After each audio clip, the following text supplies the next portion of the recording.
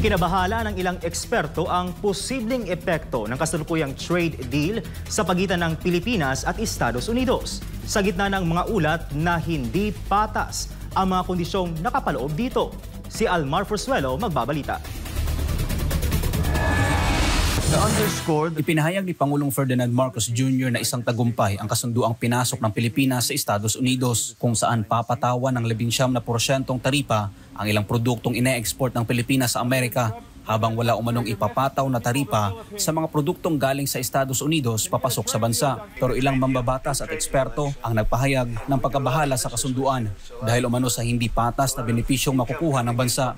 Ayon sa geopolitical analyst na si Herman Camentong Chu Laurel, hindi lamang dihado ang Pilipinas sa naturang kasunduan, kundi nagpapakita rin ito ng labis na pagdepende sa Amerika. Well, nakita natin na napakalinaw ang tingin ng Estados Unidos sa Pilipinas na isang alipin lang niya. Sa eksklusibong panayam ng SMNI News kay Camentong, na posibleng ang pinansyal na krisis na kinakaharap ngayon ng Amerika ang dahilan ng mas mataas na taripang ipinapataw kung saan ang Pilipinas umano ang posibleng maapektuhan. Ang Pilipinas ang ginagatasan ng Amerikano para sa sariling salbasyon niya. Kasi alam naman natin, the United States is in financial crisis. $37 trillion ang utang at lumalaki ng 1-2 trillion taon-taon.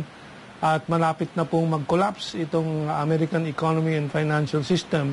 Samantala, para naman kay Professor Ana Malindog-Uy, isa ring geopolitical analyst, may natanggap umano siyang dokumentong mula sa Department of Trade and Industry o DTI kung saan sinasabing pinapabura ng Pilipinas ang mga interes ng Amerika. Dagdag pa ni Professor Malindog-Uy, tila isinasantabi ng pamalaan ang layuning paunlarin ang ekonomiya ng Pilipinas sa halip na ituon ang pansin sa pantay na ugnayan sa ibang bansa. Kaugnay nito, nagpahayag din ng saloobin ang international relations expert na si Sas Rogando Sasot ilang araw bago tumungo si Marcos sa Amerika.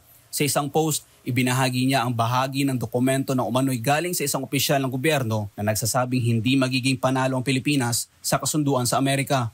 Kaya para kay Camentong, hinayaan ng umano ni Marcos na gamitin ang Pilipinas upang bumangaw ng Estados Unidos mula sa pagkalugi. Tayo ay ginagamit at ang problema po ang ating presidente ay nagpapagamit, pumapayag po na siya ay maging kasangkapan lang sa economic and financial recovery ng US at ang biktima po ang ekonomiya ng Pilipinas at ang taong bayang Pilipino. Suma total, hindi lang po zero, negative pa po, hindi lang zero. Tayo ay malulugi dito sa relasyon natin sa Estados Unidos. Sa ngayon wala pang opisyal na anunsyo kung may formal ng dokumentong nilagdaan kaugnay ng nasabing kasunduan. Patuloy pa rin naghihintay ang publiko ng mas malinaw na paliwanag mula sa pamalaan kung paano nito mapoprotektahan ang interes ng bansa sa usaping pangkalakalan. Para sa Diyos sa Pilipinas, kung mahal, Almar Forzuelo, SMNI News.